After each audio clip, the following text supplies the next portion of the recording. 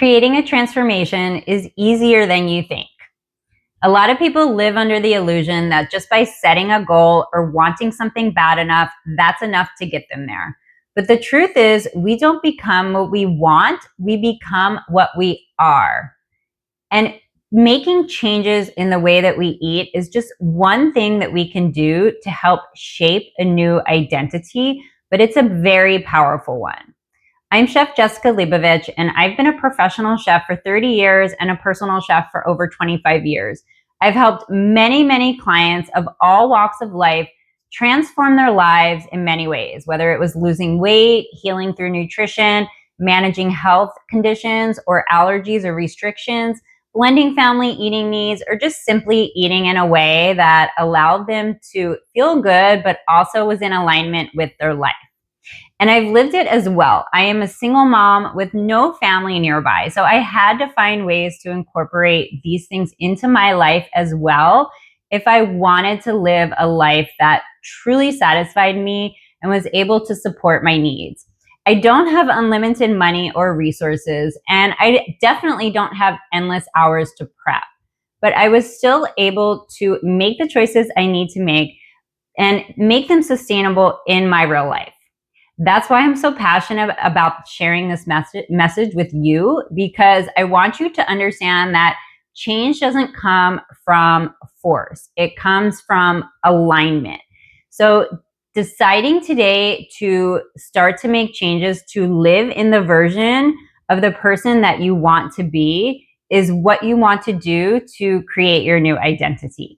So to start, I'm going to ask you to think about the best version of you that you want to become. Think about who that person is. And just for a moment, feel that, see that person and feel what it feels like to be them. This feeling is the difference between embodiment and admiration. And that's what's so important to understand if you are truly looking to make a transformation. And we all have people we admire. We all have people we look up to. And sometimes those people seem so out of reach, or they seem like they have so many different resources or support systems than we do. But the truth is that you cannot get to where you want to go from force. You have to get there through alignment. And so wishing does not help us reach our goals. Embodiment does. So if you want the energy and the health and the life that the people that you look up to have, it's very important to start to adapt habits in your life. They're in an alignment with that life. If you think about it this way, you are not the same person eating a bag of Cheetos or Takis on the couch as you are if you wake up early to juice yourself a celery juice, or you make yourself a protein smoothie, or you go and you buy yourself some grass-fed red meat. That is not the same person. The intention behind those choices are totally different. So food is one of the most simple and powerful things that we have to create our new identity, because it's something that we touch every single day, several times a day, that can help us get into alignment with the person we want to be. This makes food very powerful because it's repetitive, it's consistent. You choose what to eat multiple times a day, every single day.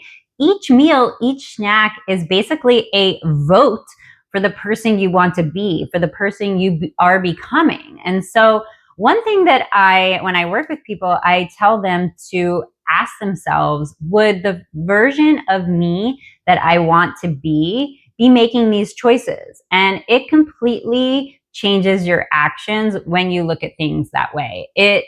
Food should not always have to be a emotional experience. It should not always be about a reward or being guilty or restricting. It's not that serious. It's just about being in alignment with who you are. I enjoy the things that I eat, even if they are not as decadent or rich or even as complicated as some of the things you would think a chef might enjoy. In fact, I've had some people look at things that I eat and maybe think they're a little boring or a little flat, but in my opinion, those things are clean and fresh and good to me. And you can't get stuff like that unless you make it yourself. And so ask yourself if the version that you want to become would be making these choices, and you will be able to, choice by choice, bite by bite, build your future steps. So one of the things you can think is the next time you sit down to a meal or the next time you are eating something, just ask yourself, is this supporting the version of me that I want to become? It's not about shame or judgment, it's about awareness. So, this is how you build awareness around what you eat. Just make sure that it does not come with judgment. Real change never starts with extreme restriction or a lot of rules. If it's not in alignment with your life, it just won't work. That is like forcing something that will never fit. So, what's important is instead to eat with intention, to really put some intention and thought into what you're eating, because most people eat very mindlessly, or they eat on autopilot, or they eat things that they feel like they shouldn't, and then they feel really bad about themselves afterwards. And none of that is sustainable or works long term. So instead, just put a little bit of thought into your food, and not just thought like, is this going to be good for me or not? Is this going to work in my lifestyle? Am I really going to make this? I mean, I have so many clients who buy things with the best of intentions, but if you're never going to make those things and they're just going to sit in your fridge and go rotten, then that was just a waste of money. And not only that, a waste of all of the labor that caused that product to get into your, or cause that food to get into your fridge. And so we need to find a better way. It's not about tracking every calorie. It's not about journaling your food. It's about presence. It's about intention. And it's about thinking about, who do you want to be? And is this supporting that version of that? When you start to do this, change is very powerful, especially when you're gentle and honest with yourself and don't shame yourself or don't judge. You just observe. What happens is a level of self-awareness that has never occurred before, and you start to notice what's working for you and what's not. And then you just make changes. It's not brain surgery. It's not that complicated. It actually is easier than you think, but it's not an overnight thing. Just like the butterfly, it can be a little messy. It can take a long time, but it naturally happens day by day. You gain momentum. And the next thing you know, you're the beautiful version of yourself that you always wanted to be. And your transformation is going to look different than somebody else's transformation. I mean, for me, there were so many things that I changed in my life over the years. And things like removing alcohol 90% of the time, incorporating red meat, adding dairy back into my diet was a huge one, reducing my exercise, changing my activity. All of these things were habits that I replaced with old habits, and they made my life better. And it wasn't overnight. Exactly. Change is not flashy. It's not something that is like a boom. It's a quiet, steady transformation. So what I'd like you to do is pick one meal that you have on a regular basis and think about, how can you elevate that a little bit to reach your goals? Can you make it leaner? Can you add more protein? Can you reduce the fat? Can you make it more geared towards your goals? What is that? If you need support with that, make sure you reach out. But just eating slower and with more intention is going to boost your transformation. So it's not something that you have to really make changes on a overall basis immediately. It is a gradual shift. As you start to gain momentum in your transformation, you will start to be living in the new you, be living in the new identity. And this is one of the most exciting and fun parts of your transformation.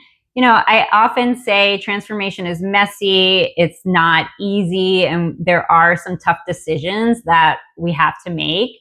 But at the same time, it is so exciting and rewarding to be able to become the person that we always knew was inside of us. And as you make these choices with food and create your new identity, it happens faster than you think. And one of the things that when I work with my clients, I always tell them to live through your new identity. And of course, as we go through our day, doubts come up, insecurities come up. We make decisions we don't want to make. I mean, I have a big sweet tooth all the time. I grab candy when I'm stressed, and I don't judge myself. I am not going to make myself feel bad. I am just going to come back to the person who I know I am. And so, what do I do when that happens?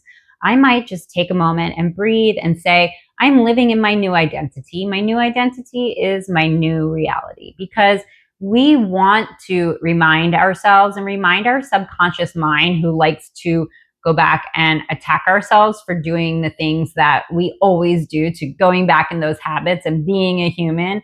It's important to remind ourselves that we are the person that we know is inside of us. And so saying, I am living my new identity is my new reality, is a very powerful way to remind yourself and bring yourself back to who you want to be. So just remember, the future is inside of you. You can feel it, and coming back to that every single time, especially when you're making these new choices with food and new habits and new mindset, you are going to naturally become this new version of yourself. And it's not going to be forced, it's going to be embodied.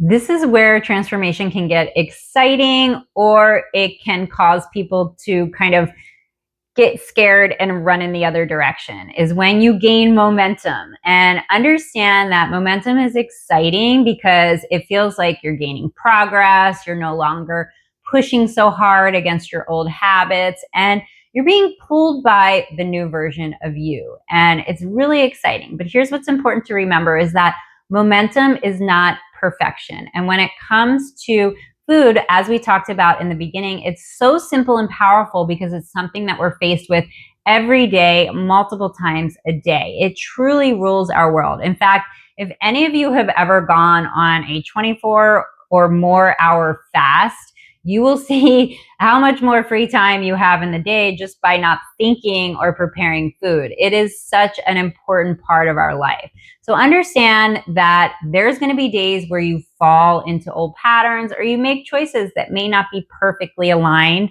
with the person you want to be, but that does not matter. Don't let that stop you or trip you up, because that is not important. That's why so many people adopt a 80-20 lifestyle. I will tell you, I have worked with many, many people over the years, and I've worked with many people who live to be even over 100 years old. And I will tell you, none of them were perfect with their diet, okay? But I will tell you that they all had a very kind, open heart, and they had a great sense of humor.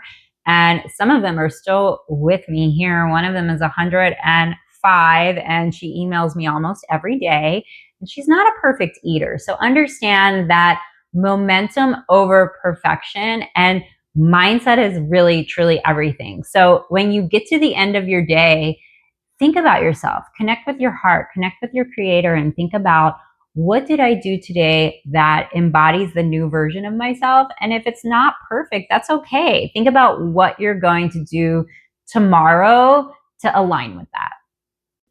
You are so close to becoming the person that you know you can be. That highest version of yourself is inside of you. It's nowhere else, and it's waiting for you to uncover, to reveal that version of you.